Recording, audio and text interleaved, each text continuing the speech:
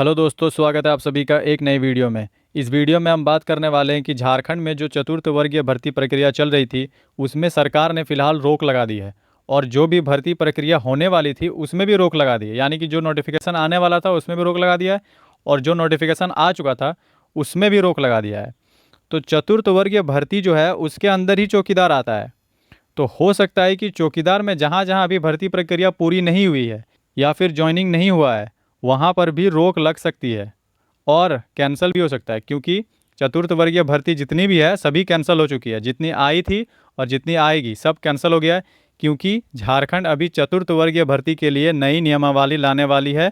उसके बाद ही चतुर्थ वर्गीय भर्ती प्रक्रिया होगी। तो क्या है मामला, क्या है चतुर्थ वर्गीय भर्ती और आगे क्या होने वाला है, इन सब चीज़ों के बारे में हम वीडियो में अच्छे से जानने वाले हैं। तो वीडियो में बने रहिए और चैनल को सब्सक्राइब कर दीजिए और एक एक लाइक कर दीजिए। तो चलिए करते हैं वीडियो को स्टार्ट। झारखंड में चौकीदार बहाली पर संकट के बादल, भर्ती प्रक्रिया पर लग सकती है रोक। जी हाँ दोस्तों, झारखंड सरकार द्वारा चतुर्थ वर्गीय पदों की भर्तियों पर फिलहाल रोक लगाए जाने के कारण अब पूरे राज्य में चौकीदार बहाली पर भी असर पड़ने की संभावना है। दरअसल हाल ही में झारखंड के पलामू जिले में चतुर्थ वर्गीय पदों पर नियुक्ति प्रक्रिया को लेकर विवाद खड़ा हो गया था। इसके बारे में तो आपने न्यूज़ वगैरह में सुना ही होगा। जिसके बाद राज्य सरकार ने यह निर्णय लिया है कि जब तक नई और पारदर्शी नियमावली तैयार नहीं हो जाती तब तक चतुर्थ वर्गीय यानी कि ग्रुप डी के किसी भी पद पर कोई भी नियुक्ति नहीं होगी। जैसे मैंने आपको पहले बताया, जो भर्ती आई थी या जो आएगी इन सब में कोई भी नियुक्ति नहीं की जाएगी जब तक नई नियमावली तैयार नहीं हो जाती। तो दोस्तों सबसे पहले हम बात करते हैं कि चतुर्थ वर्गीय आखिर है क्या, इसके अंतर्गत क्या क्या भर्ती आता है, क्या क्या नहीं आता, इन सब चीज़ों जानने वाले हैं। तो चतुर्थ वर्गीय कर्मचारी वे होते हैं जो सरकारी संस्थानों में सहायक देखरेख या सेवा से जुड़े कार्य करते हैं। जैसे अब देखिए यहाँ पे कौन कौन से पद चतुर्थ वर्गीय है। तो जैसे कि चपरासी का पद हो गया, ये चतुर्थ वर्गीय यानी ग्रुप डी के अंतर्गत आता है। सफाई कर्मी, ये भी ग्रुप डी के अंतर्गत आता है। माली, ये भी चतुर्थ वर्गीय है। रसोइया, ये भी चतुर्थ वर्गीय है। जलवाहक, ये भी चतुर्थ वर्गीय है। और सबसे ज़रूरी बात यहाँ पे कि चौकीदार भी ये ग्रुप डी के अंतर्गत ही आता है, यानी कि चतुर्थ वर्गीय है। तो सरकार ने ये साफ तौर पे आदेश दिया है कि चतुर्थ वर्गीय जो भी भर्ती चल रही है या आने वाली है उन सब में रोक लगेगी। रोक लग चुकी है, मतलब कि कैंसिल हो चुका है। तो हो सकता है इसका असर थोड़ा बहुत किसी किसी ज़िलों में देखने को मिले जहाँ पर कि अभी तक ज्वाइनिंग नहीं हुआ है, उन सब में देखने को मिल सकता है इसका असर। तो आगे हम देखते हैं क्या है मामला। जैसे कि आपको पता है कि पलामू जिले में विरोध के बाद राज्य सरकार अलर्ट हुई है। सरकार को लगा कि अभी जो नियम है वो झारखंड की ज़रूरतों के अनुसार नहीं है, क्योंकि ये जो नियम है ये बिहार के समय बने हुए थे।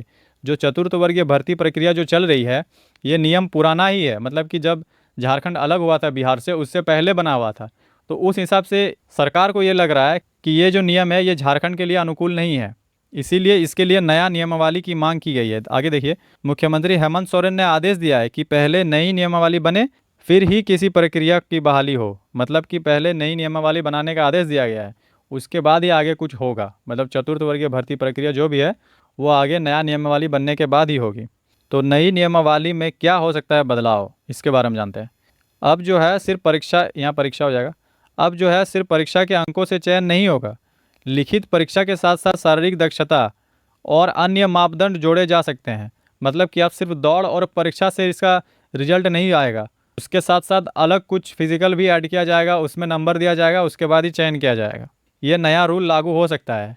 चयन प्रक्रिया और पारदर्शी और निष्पक्ष बनाया जाएगा।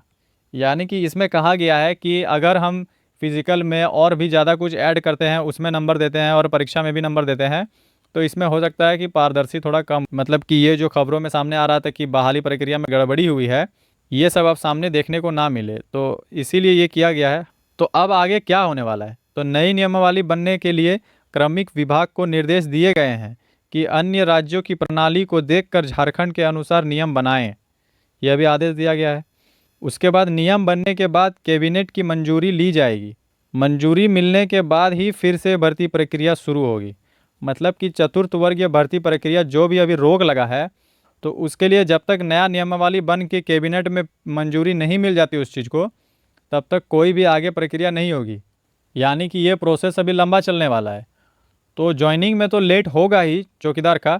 हो सकता है कि ये बहाली कैंसिल भी कर दिया जाए जहाँ जहाँ ज्वाइनिंग नहीं हुआ है वहाँ पर, और फिर से नया सिरे से बहाली निकाल करके फिर से किया जाएगा, ऐसा हो सकता है।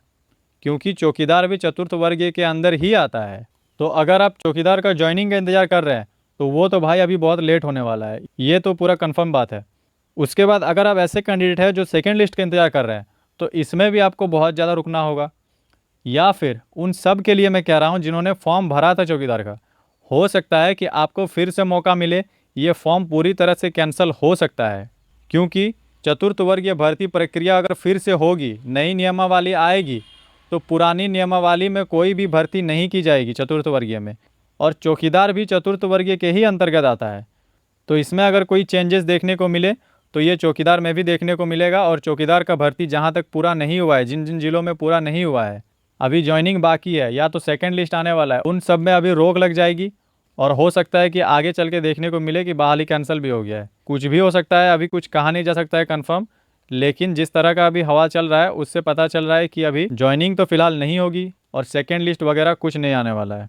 और दोस्तों, मुझे जो जानकारी मिलती है वो मैं आप तक पहुंचाने का कोशिश करता हूं, तो आप चैनल को सब्सक्राइब कर लीजिए, क्योंकि आगे की सारे अपडेट आपको इसी चैनल से दिया जाएगा। मिलते हैं नेक्स्ट वीडियो में, तब तक के लिए take care and good bye.